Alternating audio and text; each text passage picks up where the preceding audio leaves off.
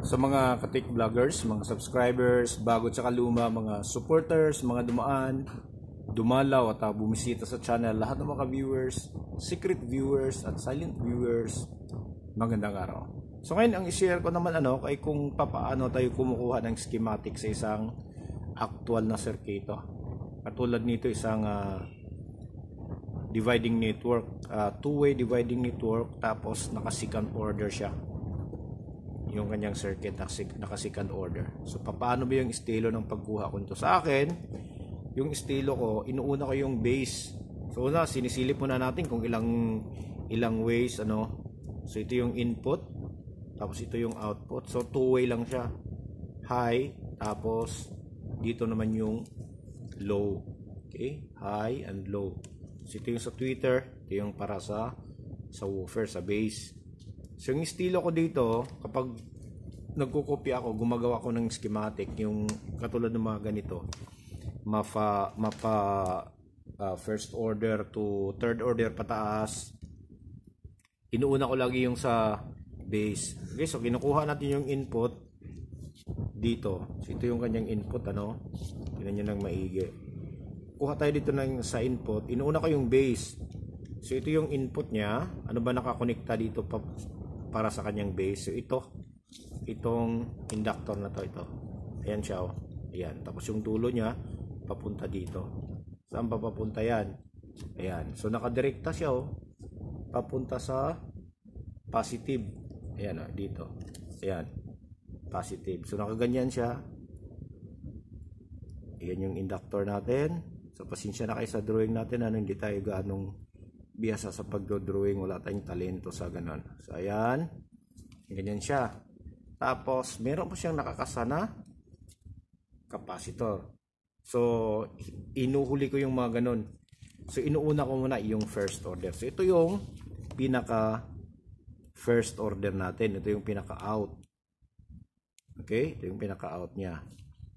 Tapos ito naman yung pinaka input. Ang sinusunod nyo dyan, hindi ko muna tinatapos. Halimbawa, ito sinasabi natin na second order to.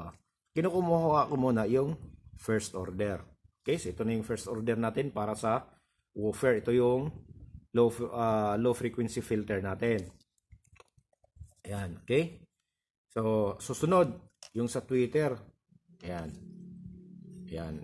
Ito naman, malaking, saan ba yung para sa tweeter dito? Itong capacitor, ayan ito yung input, di ba, papunta dito, itong capacitor na to. So ginagawa natin, ayan, gumagawa din tayo ng capacitor, ayan, tapos nakakonekta yan naman yan, positive, nakakonekta yan dito, isa lang yung pinagkukuhanan nila ng positive. Okay, so ito yung input natin, ito yung positive input galing sa ating amplifier, ayan. Tapos ganun din yung estilo sa pagkuha ko dito para sa high filter, yung para pag tweeter. Kinukuha ko lang muna yung kanyang first order. So ano bang sunod na nakakabit dito? Ang sunod na nakakabit ng capacitor, ito ay resistor. Ayan siya. Okay, so gawa tayo ng resistor, Ayan, so sunod sa resistor, ito yung dulo ng resistor papunta dito. Ayan, so itong dalawa, ayan, fuse bulb. So gawa tayo ng dalawang fuse bulb, Ayan, so ito yung dalawang fuse bulb niya. Tapos pagkatapos ng kanyang fuse bulb na ka-series, wala na, out na siya. Ayan, positive out. Ayan na. So ito na yung pinaka positive natin. Ito yung positive para sa base natin or sa woofer.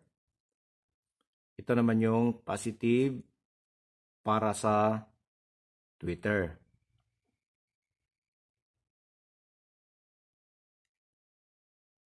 Ayan. So yun na muna yung kinukuha ko, yung first order muna. Tapos kuha na tayo ng ground. Ayan, yun yung pinaka-ground natin. Okay? Tapos ito na yung negative or ground. Okay? Tapos negative input or ground. Ayan siya. Okay? Ayan na.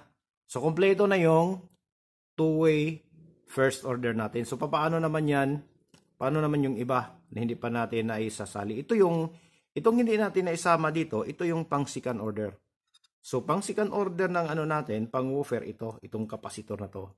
Nakakabit yan siya dito. Dito sa output, papuntang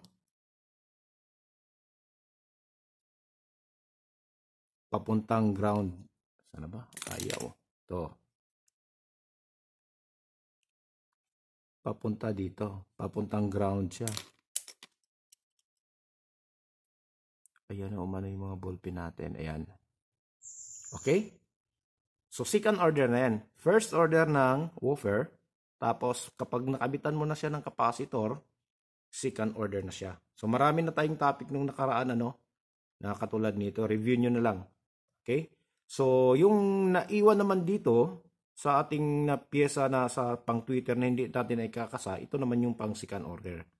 Ano ba yung hindi natin hindi na ikasa, na i-drawing. So, itong inductor na to. Saan ba nakakabit to? Tingnan natin. Ayan. So, dito siya sa dulo ba? Ayan. Sa dulo ng resistor. Ito yung kanyang dulo, papuntang ground. Okay? So, ganyan lang siya. Ayan, yung kanyang inductor. Ganyan. So, nakatap yan siya dito. Ayan. So, kompleto na yung circuit natin. Naka-ano na tayo? Naka two-way second order na dividing network or crossover network. So, tapos na. Yan lang yung circuito na kinuha natin. Kompleto na siya. Okay? So, para sa base, inductor, ito yon na may kasamang capacitor. Ayan. Tapos, sa Twitter naman, capacitor, may nakaseries na resistor, tapos may nakaseries na dawang fuse bulb, at yun na yung kanyang out. So, after sa resistor na 15 watts, merong nakatap na ito, inductor, papuntang ground. So, lagyan natin ng mga value, baka gusto nyong kopyahin, gusto nyong mag-design ng ganito. So, itong inductor natin ay pareho lang din ng value ng inductor na ginagamit sa Twitter. Ang value nito ay 0.63 millihenry. Yan. Tapos, yung kanyang copper wire na ginamit ay 1.2 millimeter. So, ganun din dito sa kabila ito. 0.63 millihenry, 1.2 millimeter. Ano pa ba? So, dito, itong capacitor na to is, ang value nito, 22 microfarad, 100 volts. Kung gusto nyo mag-design ng ganito na mataas yung wattage. Ito kasi, ang wattage nito ay ang kanyang handling capacity, itong buong circuito na to ay 100 watts RMS. Kung gusto nyo naman siyang taasan, so pwede nyong lakihan yung importante dito, taasan yung mga working voltage ng mga capacitor. So 100 lang yan. Ito 100 volts lang. So pwede nyo gawing to 50 or mas mataas pa. So, depende kung ano yung handling capacity na target nyo. Yung wattage, gaano kataas yung wattage na i-feed nyo dito mula sa amplifier galing sa input. Ayan. So, mayroon pa ba dito? So, itong capacitor na to, naman ay 4.7 microfarad, 100 volts din. Tapos, itong resistor naman na to, ayan, ay siya. Ayan, nakikita naman 4.7 ohms, 15 watt. Yan. Okay? Tapos itong na to, fuse valve na to, itong dalawa, ang value ng bawat isa nito ay 27 watt, 12.8 or 0.7 volts. Okay? Bawat isa, bawat isa. Yan. So, kompleto na. Ayan na. So, tapos na yung ano natin. Tapos na yung ano natin na tinatawag na 100 watts. 4 ohms. Yung impedance pala nito ay 4 ohms. 4 ohms. Two-way. Second order.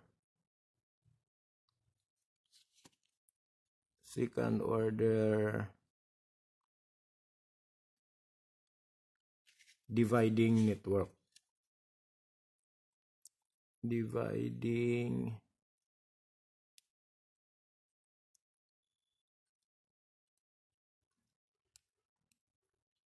Ayan. Okay? So, tapos na.